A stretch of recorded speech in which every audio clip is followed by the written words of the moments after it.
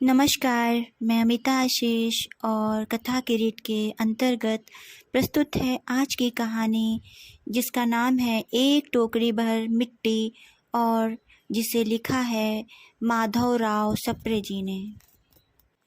किसी श्रीमान जमींदार के महल के पास एक गरीब अनाथ विधवा की झोपड़ी थी।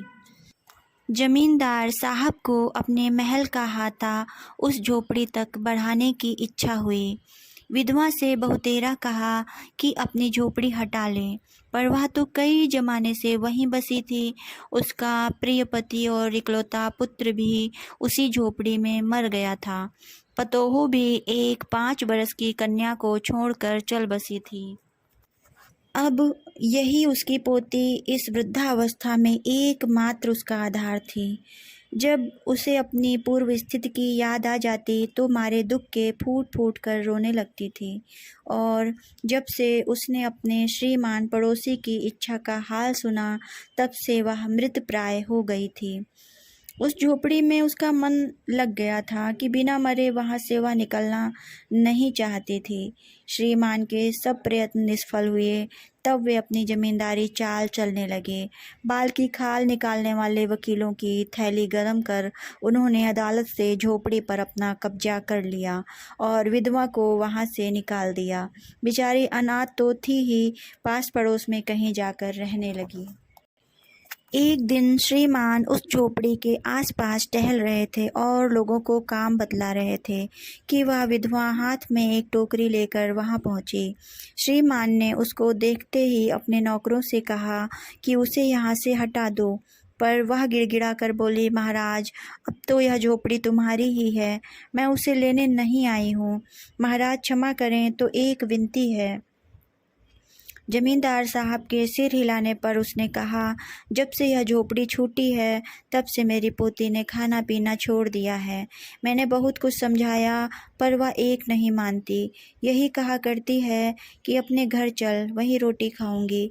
अब मैंने सोचा कि इस झोपड़ी में से एक टोकरी भर मिट्टी लेकर उसी का चूल्हा बनाकर रोटी पकाऊंगी। इससे भरोसा है कि वह रोटी खाने लगेगी। महाराज, कृपा करके आज्ञा दीजिए तो इस टोकरी में मिट्टी ले आऊं। श्रीमान ने आज्ञा दे दी। विधवा झोपड़ी के भीतर गई। वहां जाते ही उसे पुरानी बातों का स्मरण हुआ और उसकी आंखों से आंसू की धारा बहने लगी। अपने आंतरिक दुख को किसी तरह संभाल कर उसने अपनी टोकरी मिट्टी से भर ली और हाथ से उठाकर बाहर ले आई। फिर हाथ जोड़कर श्रीमान से प्रार्थना करने लगी, महाराज, कृपा करके इस टोकरी को जरा हाथ लगाइए जिससे मैं इसे अपने सिर पर धर लूं।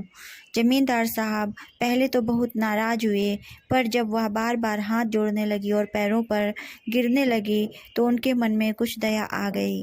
किसी नौकर से न कहकर आप ही स्वयं टोकरी उठाने आगे बढ़े।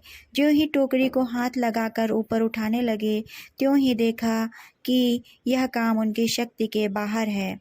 फिर तो उन्होंने अपनी सब ताकत लगाकर टोकरी को उठाना चाहा, पर जिस स्थान पर टोकरी रखी थी वहां से वह एक हाथ भी ऊंची न हुई। वह लज्जित होकर कहने लगे, नहीं, यह टोकरी हमसे न उठाई जाएगी। यह सुनकर विधवा ने कहा, महाराज, नाराज न हो, आपसे एक टोकरी भर मिट्टी नहीं उठाई जाती और इस झोपड़ी में तो हजारों टोकरियां मिट्टी पड़ी है। उसका भार आप जन्म भर क्यों कर उठा पाएंगे? आप ही इस बात पर विचार कीजिए। जमींदार साहब धन मत से गर्वित हो अपना कर्तव्य भूल गए थे, पर विधवा के उपर्युक्त वचन सुनते ही उनकी आंखें खुल गईं।